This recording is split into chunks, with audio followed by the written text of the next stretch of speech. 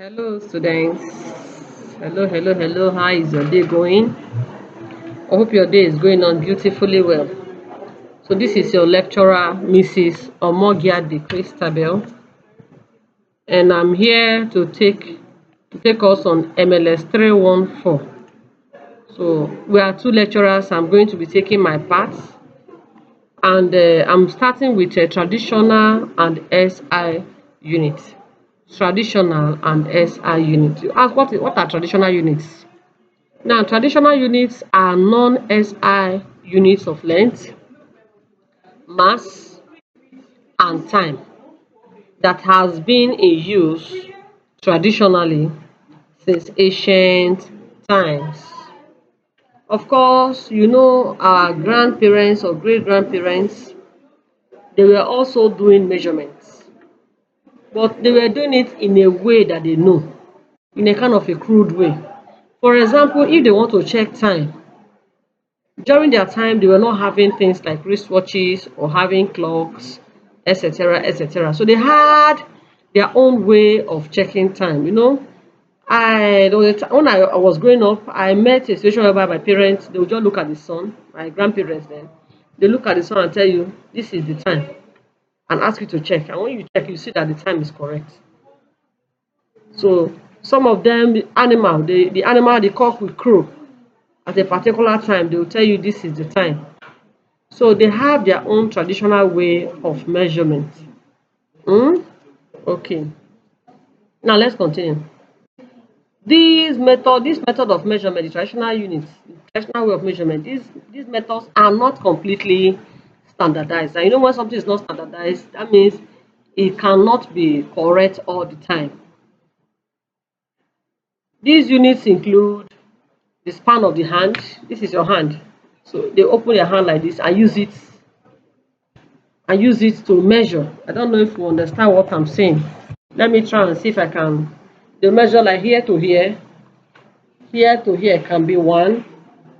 You move to another one, two, you move like that. So that's what we mean by the span of hand. So they use that to measure image of time, then cubits. Now, the basic units for length or distance measurement in the English system are, for the English people, they also have traditional way of measurement then.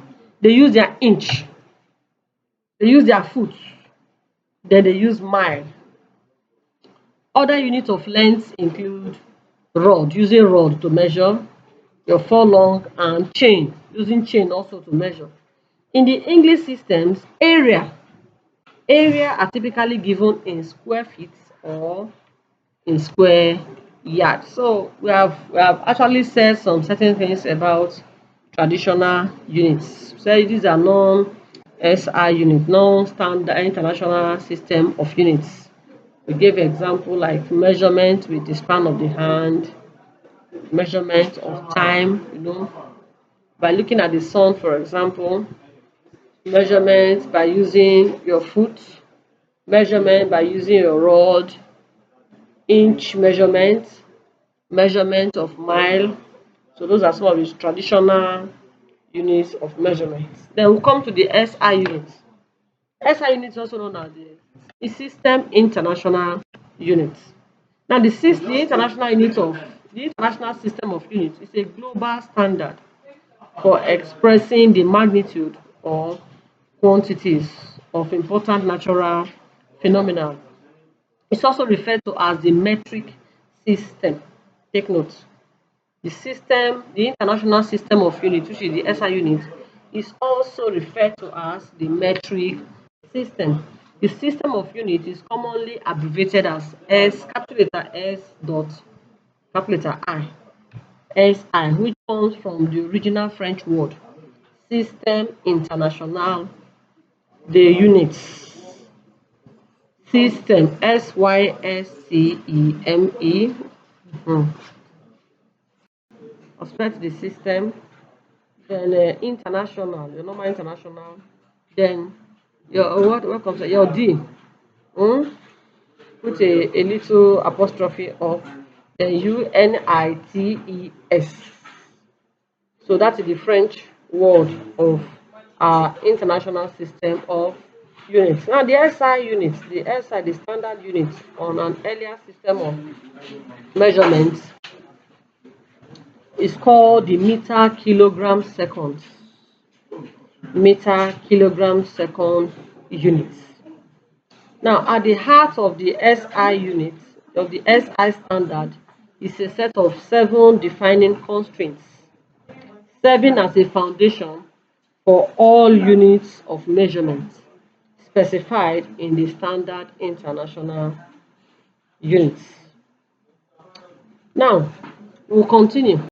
If we can remember very well, I told us at the heart of the SI, at the heart of this international unit of international unit standard, is a set of 7 defining constraints. So we're going to be measuring those 7 defining constraints. Number 1, the hyperfine transition frequency. Frequency is measured in hertz. The hyperfine transition frequency, in bracket HERTZ,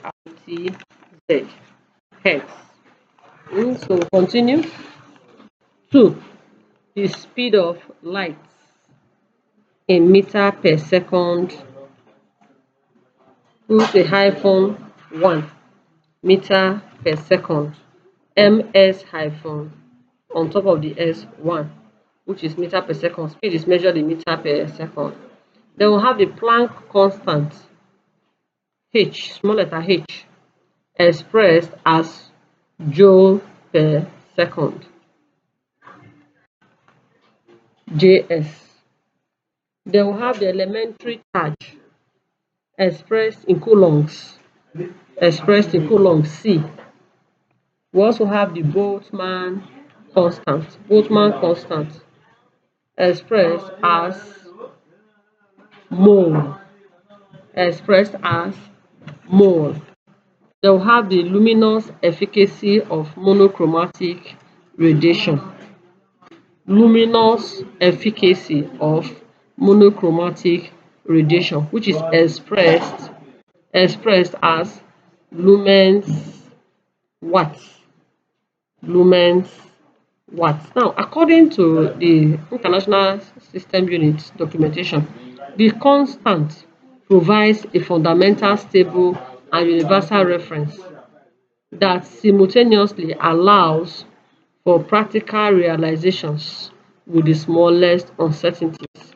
All units identified with the standard international standard can be derived from these 7 constants. The constants I've mentioned: speed, Planck constant, elementary charge, Boltzmann constant, etc., etc. Now, all international units can be expressed in terms of standard, multiple, or fractional quantities. Just follow me. As well as directly. Multiple and fractional international units are defined by prefix. They are defined by prefix multipliers and powers of 10, ranging from 10 to 24 to 10,024. Now, the 7 base units are defined as follows. 1, we have the meter in bracket m, which is the unit of length. We have the kilogram, kg, which is the unit of mass. We have the seconds in bracket s, which is the unit of time. We have the Kelvin bracket K, which is unit of thermodynamic temperature. We have the ampere in bracket A, capital A, which is unit of electric current. We have the candela in bracket CD, small letter CD, which is unit of luminous intensity. We have the mole in bracket MOL, which is unit of an amount of substance. So those are the 7.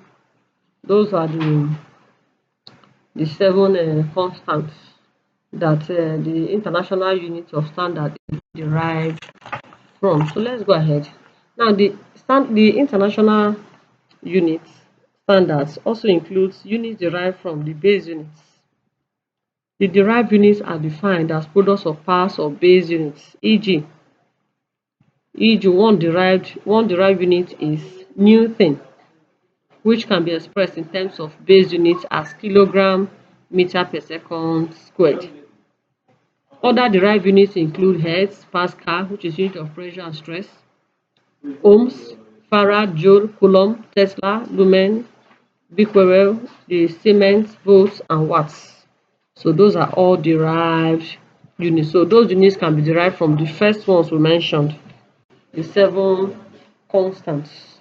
So after now, we'll be looking at our reference value. So what I want us to know is to know what the traditional units are, know what the international units of measurements are. You should be able to differentiate between the two of them. You should be able to give examples on them. Okay. So see you in my next class. Bye.